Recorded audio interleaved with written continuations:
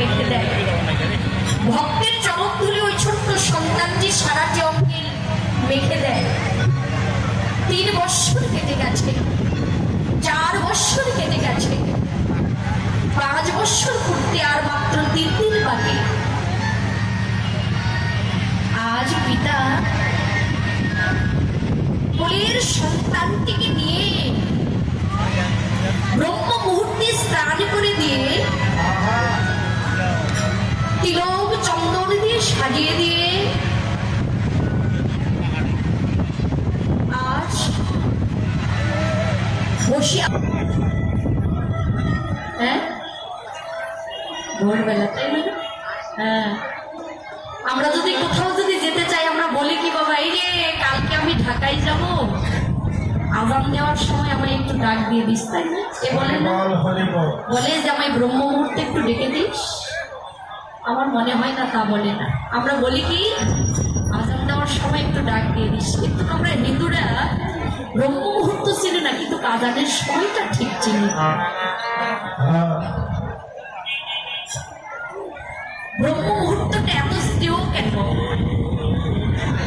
কেউ যদি অসুস্থ হয় দিয়ে দেখবেন, ভালো ডাক্তারের কাছে যাবেন, বলবে কি এই যে খোকা তুমি তো অসুস্থ, একটু ভোরবেলা উঠো, ভোরবেলা উঠে একটু হাঁটা চলা করো। এই ভোরের বাতাসটা এত স্নেহ কেন, এত ভালো কেন বাবা? ওই ব্রহ্ম মুহূর্তে কত সাধুগুরু বৈষ্ণব স্নান করে, কত মনি ঋষি ধ্যানীগণী সেই সময় স্নান করে, কত দেব দেবতা সেই সময় ঘোরাফেরা করে। ওদের শরীরের বাতাসটা আমাদের অঙ্গে লাগে। এই জন্যই ব্রহ্ম মুহূর্তটা এত শ্রেয়। বলতে বলতে এই পিছনে ছোট্ট সন্তানটি তাকিয়ে দেখলেন, সপ্ত ঋষি স্নান করে তারা বনে যান। ছোট্ট শিশুটি ছুটতে ছুটতে গিয়ে ওই সপ্ত ঋষির চরণে পড়ে ষষ্ঠাঙ্গে যেই না প্রণাম করেছে, সপ্ত ঋষি তার মাথায় করুণার হাতটি দিয়ে বলছে, খোকারে তোর এটুকু বয়সে তোর অন্তরে এত কৃষ্ণ ভক্তি, খোকা যা। করুণার হাতটি মাথায় দিয়ে বলছে, খোকারে তুই 100 বৎসর বেঁচে থাক, তোর দীর্ঘায়ু কামনা করি। বাবা শুনতে পেয়ে ছুটতে ছুটতে এসে বলছে, ঋষিমন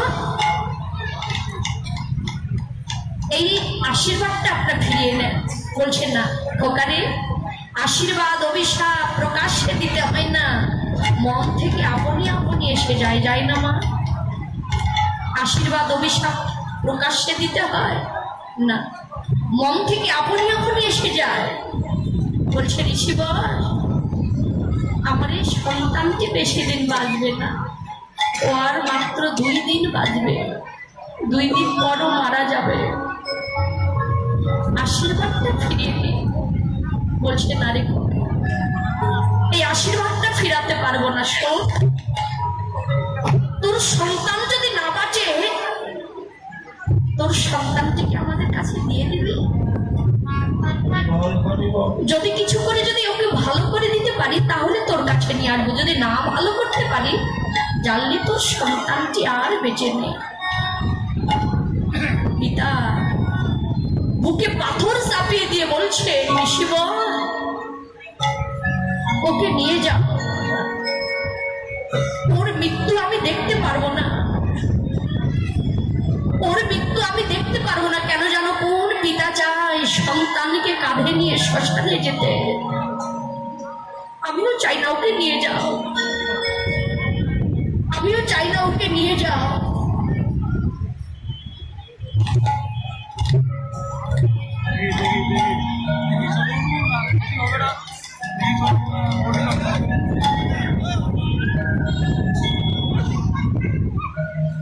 এই জগতে কোন সন্তানই চায়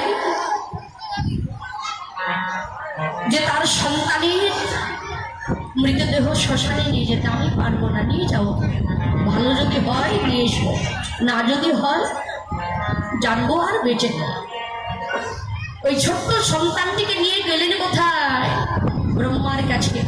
ব্রহ্মার চরণে যাই না প্রণাম করলেন, ব্রহ্ম ওই আশীর্বাদই দিলেন, খোকারে 100 বৎসর বেঁচে থাক, তোর অন্তরে কৃষ্ণ প্রেম ভক্তির উদয় হোক। বলছে ঋষিবর, ও কে? বলছে ও বাঁচবে না, ও আর একদিন বাঁচবে, আপনি আশীর্বাদটা ফিরিয়ে নিন। বলছে আশীর্বাদ তো ফেরাতে পারবো না, তাহলে যে ওকে অভিশাপ করেছে তার কাছেই নিয়ে যেতে হবে। নিয়ে যেতে হবে কার কাছে? সেই দেবাদিদেব মহাদেবের কাছে। দেবাদিদেব মহাদেবের কাছে নিয়ে গিয়ে বলছে খোকা, আমরা ঋষিবর প্রণাম করব, আমি ব্রহ্মা প্রণাম